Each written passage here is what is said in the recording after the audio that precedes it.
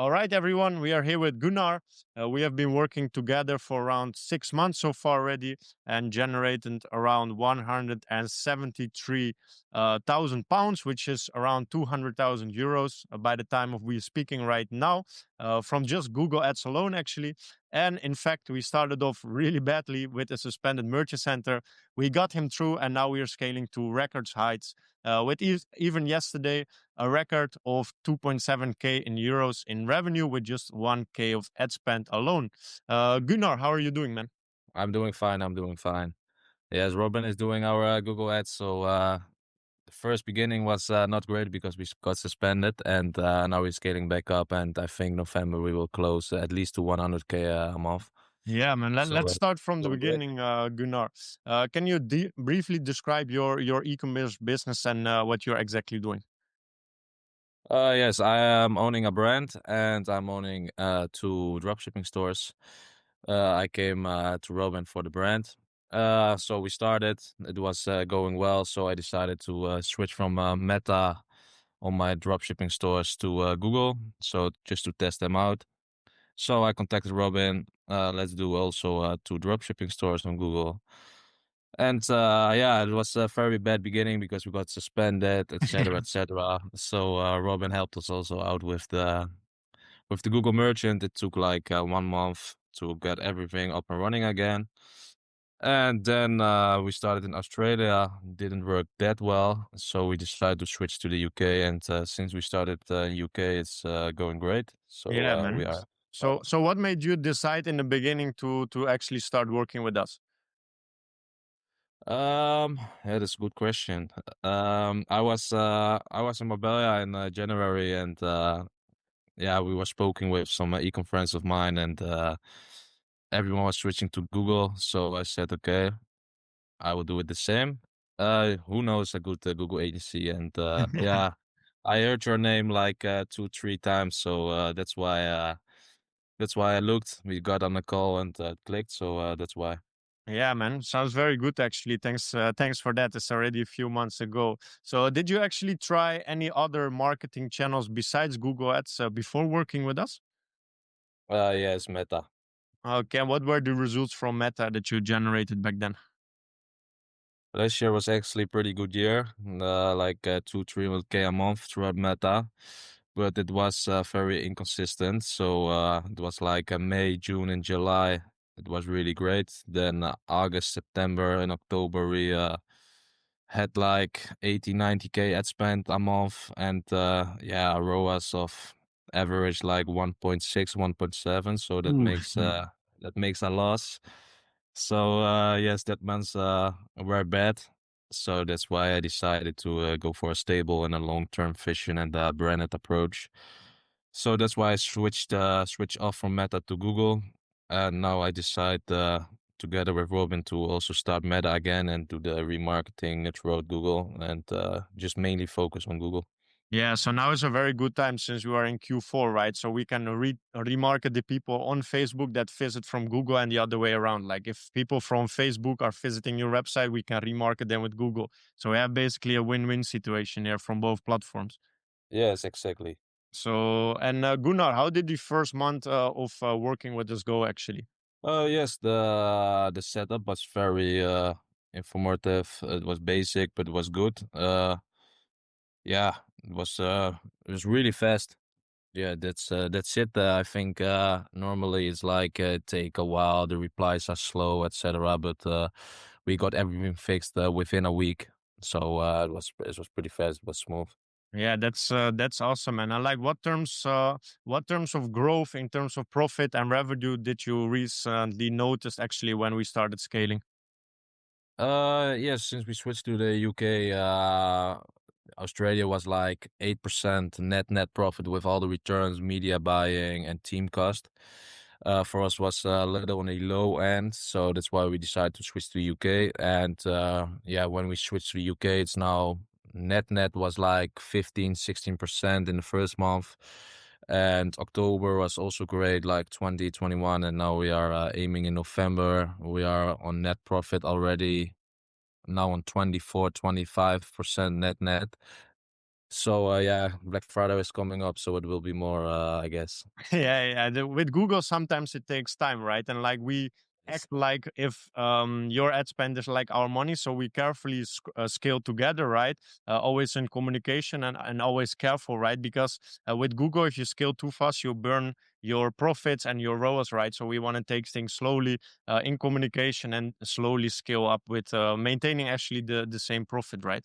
Mm. Yeah, it's going well. It's we have three times a week contact with the team, and they share everything, like what they want, if I think it's okay, or if I think it's going very well, I just send a message. Okay, guys, ROAS is 3 yesterday. Day before was also ROAS 2.83. Let's scale a little bit faster this week, and yeah, communication is great. Yeah, man, that's awesome. Actually, we are there 7 days a week available in the Slack channel. If you want to scale, if you have questions, if you need some update, right? Like always there to help. Because it's Yes. very big responsibility to invest your money into a profit, right? So that belongs also with the good communication in the Slack channel, as you just explained. Yeah, Well, it's great. yeah, and the other question, like, what time commitment is necessarily from your side actually to maintain this profits and scalability?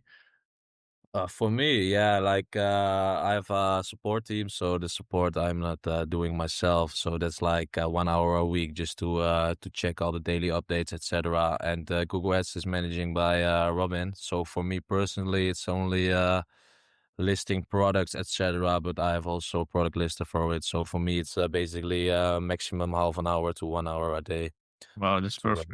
Yeah, yeah, that seems like a dream yes. actually. Yeah. If you compare that back then to Facebook, testing new creatives, making new campaigns, listing new products, like it's such a workflow if you compare it to Google, where we test basically everything for you and then automatically scale the winners, right?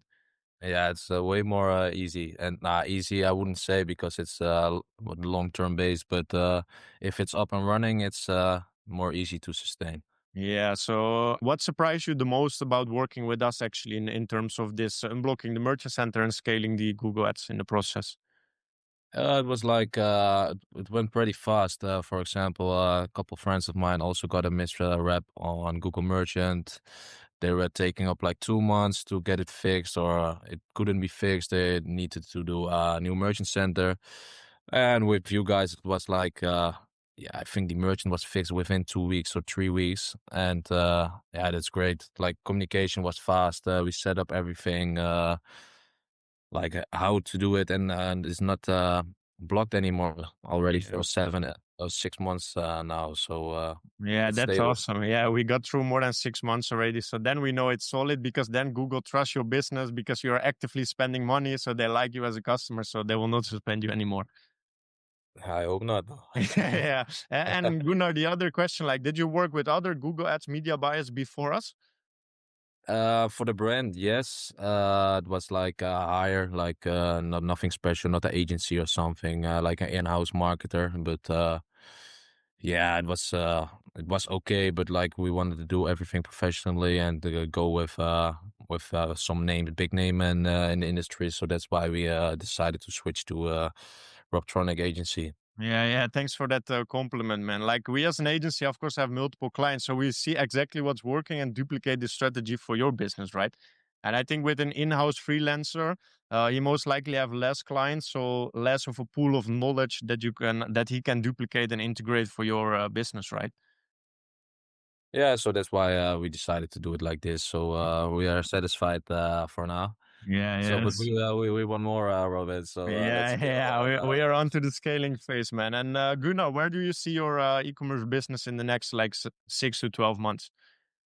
I think we are now around 150K in revenue a month with our store. I think we will close that in November.